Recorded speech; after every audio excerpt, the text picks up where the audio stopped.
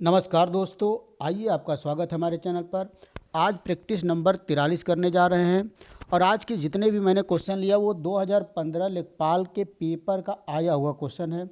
तो आइए पहला क्वेश्चन देखिए, डिस्काउंट का दिया है कि एक व्यापारी अपने वस्तु को 25% बढ़ाकर लिखता है और उस पर 4% का छूट देता है, तो उसका लाभ प्रतिशत क्या होगा।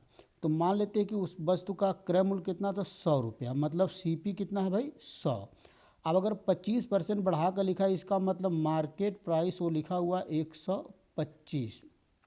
अब इस पर 4% का छूट दे रहा है, तो 125 पर अगर 4% छूट देगा तो इसके 96% का कीमत लिया। तो 25×5 = 25, 25×4 = 100, 4×2 = 8, 4×4 = 16। इसको गुणा करेंगे, 4×5 = 20, 5×2 = 10, 2 = 12, 120। इसका मतलब उसका जो ईएसपी हो जाएगा 120 रुपया। मतलब 100 रुपये की चीज़ को उसने 120 रुपया में दे दिया, तो दोस्तों कितने का लाभ हो गया, 20%। तो ऑप्शन सी हमारा बिल्कुल सही आंसर होगा। आइए अगला क्वेश्चन देखते हैं, क्वेश्चन नंबर 2। ये भी लेखपाल का आया हुआ क्वेश्चन है। आप देख रहे हैं कि जो सिलेबस दिया हुआ है, सिलेबस कुछ और दिया हुआ और पूछ रहा है पूरी अर्थमेटिक। तो आज का प्रैक्टिस सेट मैंने इसीलिए लिया कि आप समझ पाएँ कि लेखपाल में किस तरह के क्वेश्चन पूछेगा। दिया है कि संख्याओं का योग, 3 संख्याओं का योग यहाँ देना चाहिए। 3 संख्याओं का योगफल 392 है। पहली और दूसरी संख्या का अनुपात 2:3 है, जबकि दूसरी और तीसरी संख्या का अनुपात 5:8 है। तो पहली संख्या क्या होगी। मान लीजिए पहली और दूसरी, तो ए और बी का अनुपात दिया है 2:3, और दूसरी और तीसरी मतलब बी और सी का अनुपात दिया है 5:8। तो अगर ए अनुपात बी और बी अनुपात सी है, तो ए बी सी का अनुपात हम लोग कैसे निकालते हैं। आप इस पर उल्टा यन बना दिया करिए, 2×5 = 10 और 3×5 = 15 और 8×3 = 24। तो ये बी सी निकालने का तरीका हो गया। अब तीनों का योगफल दिया है 392, तो यहाँ पर आप जोड़ेंगे इन तीनों को, 10, 15 और 24 को, तो आ जाएगा 49। तो 49 की वैल्यू दिया है 392, तो एक की वैल्यू हो जाएगा 8। तो पहली संख्या पूछा है मतलब 10, अगर एक की वैल्यू 8 है दोस्तों, तो 10 की वैल्यू कितनी हो जाएगी, 80 हो जाएगी। इसका मतलब पहली संख्या 80 है। तो ऑप्शन डी बिल्कुल करेक्ट आंसर होगा। आइए अगला क्वेश्चन देखते हैं, क्वेश्चन नंबर 3। आइए दोस्तों, ये भी क्वेश्चन एग्जाम का आया हुआ है, लेखपाल में 2015 लेखपाल का पूछा हुआ क्वेश्चन है। यह कि 4 अंकों की वह बड़ी से बड़ी संख्या क्या होगी जो 24, 30 और 36 से पूर्णतः विभाजित हो। तो इस तरह क्वेश्चन करने के लिए सबसे पहले तो हम लोग 24, 30 और 36 का निकालेंगे एलसीएम, और इनका एलसीएम आ जाएगा 360। तो जो संख्या 360 से कटेगी वही संख्या 24 से भी कटेगी, 30 से भी कटेगी और 36 से भी। और आप जानते हैं कि 4 अंकों की जो सबसे बड़ी संख्या होती है 9999 होती है।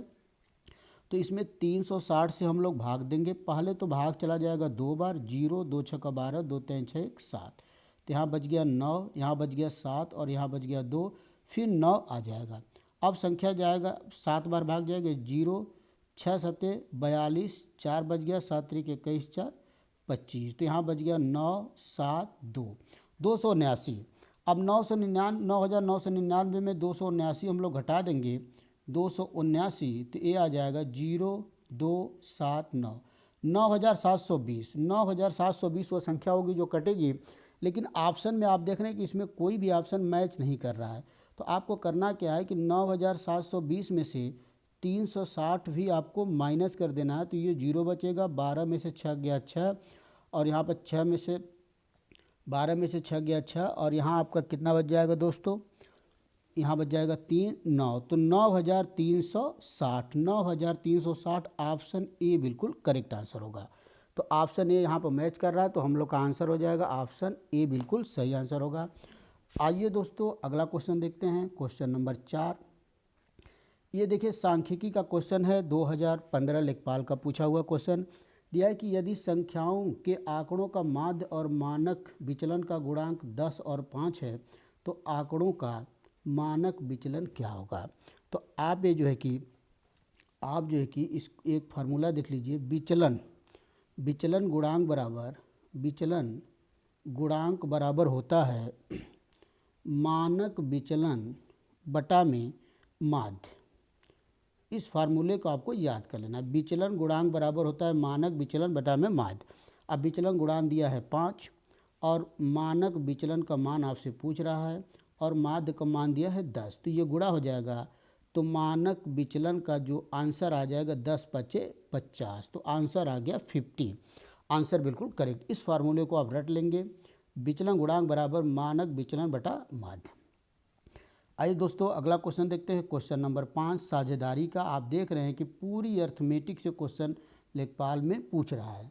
दिया कि सुरेश और संदीप ने एक साझेदारी किया। सुरेश ने 5 महीने के लिए 5,000 और संदीप ने 6 महीने के लिए 6,000 रुपया लगाया। यदि एक वर्ष के अंत में कुल 610 रुपये का लाभ हुआ तो संदीप को कितना मिला। तो अब उनको जो प्रॉफिट मिलेगा, सुरेश और संदीप को जो प्रॉफिट मिलेगा, मान लीजिए P1 और P2, ये किस रेशियो मिलेगा। ये 5 महीने के लिए 5,000 तो 5 गुणे 5,000, और ये 6 महीने के लिए 6,000 तो 6 गुणे 6,000। तो ये 2 0 2 3 0 कटेगा, ये आ जाएगा 25:36। इसका मतलब कि सुरेश और संदीप को जो प्रॉफिट बटेगा वो 25 और 36 के अनुपात में बटेगा। तो यहाँ पूछा हुआ दोस्तों संदीप का, तो 610 निकालना है संदीप का, तो 36 से गुणा करेंगे और दोनों को जोड़ के भाग देंगे तो 61 होगा। तो ये कट जाएगा 10 बार में, तो 36 गुणे 10 बराबर 360 रुपया। संदीप को कितना मिला दोस्तों, 360 रुपया। प्रॉफिट में कितना मिलेगा, 360 रुपया। तो ये हम लोग का ऑप्शन बिल्कुल सही रहा, डी ऑप्शन बिल्कुल करेक्ट आंसर। आइए दोस्तों अगला क्वेश्चन देखते हैं। क्वेश्चन नंबर 6 एलसीएम का क्वेश्चन है। ये भी लेखपाल का आया हुआ, जैसे मैं आपको पहले ही बता चुका हूँ कि आज के सारे क्वेश्चन 2015 लेखपाल का पूछा हुआ क्वेश्चन हम लोग कर रहे हैं। तो दिया कि दो संख्याओं का अनुपात 3 संबंध में 5 है और उनका एलसीएम 300 है, तो छोटी संख्या है। तो मान लीजिए पहली संख्या 3x और दूसरी संख्या 5x। अब 3x और 5x का एलसीएम आप लेंगे तो 15x आएगा और ये बराबर दिया है 300। तो x बराबर दोस्तों हो जाएगा 20। तो ये निकालेंगे तो ये आ जाएगी 60 और ये 20 5 100। तो एक संख्या 60 हो गई, एक संख्या 100, लेकिन क्वेश्चन में पूछा है छोटी संख्या, तो आंसर हमारा होगा 60। ऑप्शन बी बिल्कुल करेक्ट आंसर होगा। आइए दोस्तों अगला क्वेश्चन देखते हैं। क्वेश्चन नंबर 7 एवरेज का क्वेश्चन, औसत का क्वेश्चन देखिए दिया कुछ number n, n+1, n+2, n+3, n+4, n+5 का औसत क्या होगा। तो सभी लोग जानते हैं कि औसत बराबर होगा कुल संख्याओं का योग बटा कुल संख्याओं की संख्या। कितनी संख्या है, तो आप औसत निकालना तो हमको सभी संख्या जोड़ना पड़ेगा। मतलब n + n+1 + n+2 + n+3 + n+4 + n+5 और कुल 6 संख्या है तो 6 से भाग देना पड़ेगा। अब देखिए n कितनी बार है, 1 2 3 4 5 6, तो ये हो जाएगा 6n। नंबर जोड़ते 5 4 9 3 12 2 14 और 1 15, 15/6। तो ये तो कट जाएगा, आ जाएगा n + 15/6।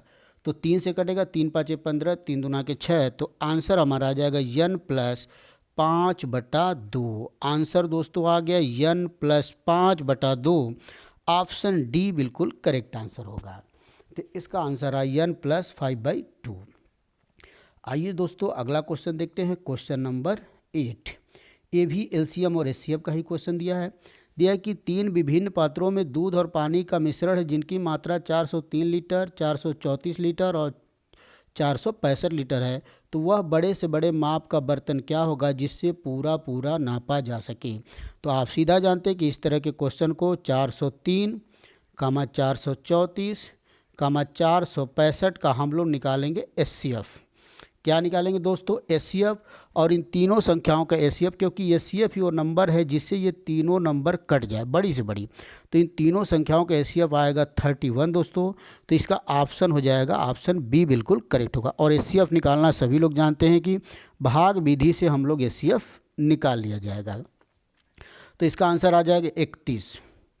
आइए अगला क्वेश्चन देखते हैं। क्वेश्चन नंबर 9 दिया है कि वह छोटी से छोटी संख्या जिसे 512 में गुणा करने पर पूर्ण घन बन जाए।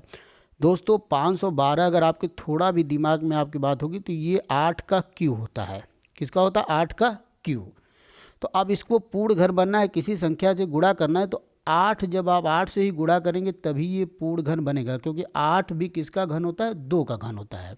तो इसको हमको 8 से मल्टीप्लाई करना पड़ेगा तभी ये पूर्ण घन बन जाएगा। तो आइए ऑप्शन क्या हो जाएगा? ऑप्शन बी बिल्कुल करेक्ट आंसर होगा। आइए दोस्तों अगला क्वेश्चन देखते हैं। Question number 10 work and time का क्वेश्चन दिया है। दिया कि 30 व्यक्ति किसी काम को 18 दिन में कर सकते हैं, तो 27 व्यक्ति उस काम को कितने दिन में करेंगे? तो डायरेक्ट फार्मूला m1 d1 बराबर m2 d2 से लग जाएगा। अब m1 की वैल्यू दिया है 30 और कितने दिन में? d1 की वैल्यू दिया 18, तो बोला है कि 27 व्यक्ति कितने दिन में? d2 दिन में। तो अब देखिए कर दिया जाएगा 9 दूना के 18, 9 3 के 27 और 3 दहा में 30। तो ऑप्शन मैच नहीं कर रहा। आइए इस क्वेश्चन को फिर से देख लेते हैं, कहीं कैलकुलेशन मिस्टेक हो सकता है हम लोग से। आइए फिर देख लेते हैं। दिया कि 36 व्यक्ति किसी काम को 18 दिन में कर सकते हैं, तो 27 व्यक्ति कितने दिन में करेंगे? तो फार्मूला आपको मैं पहले बता दूंगा कि m1 d1 बराबर m2 d2 फार्मूला लगेगा। तो m1 की वैल्यू दिया 36 और d1 की वैल्यू दिया 18, m2 की वैल्यू दिया 27 और d2 की वैल्यू पूछ रहा है। तो यहाँ से d2 का मान हो जाएगा 36 गुणे 18 बटा में 27। तो कट जाएगा 9 चौके 36, 9 त्रिके 27, 3 छक्का 18, 6 चौके 24 दिन। कितने दिन लगेंगे दोस्तों? 24 दिन। तो दोस्तों ये हम लोग का 10 क्वेश्चन का प्रैक्टिस सेट रहा और आज के सारे क्वेश्चन मैंने लेखपाल 2015 के सभी आए हुए क्वेश्चन मैंने लिया था।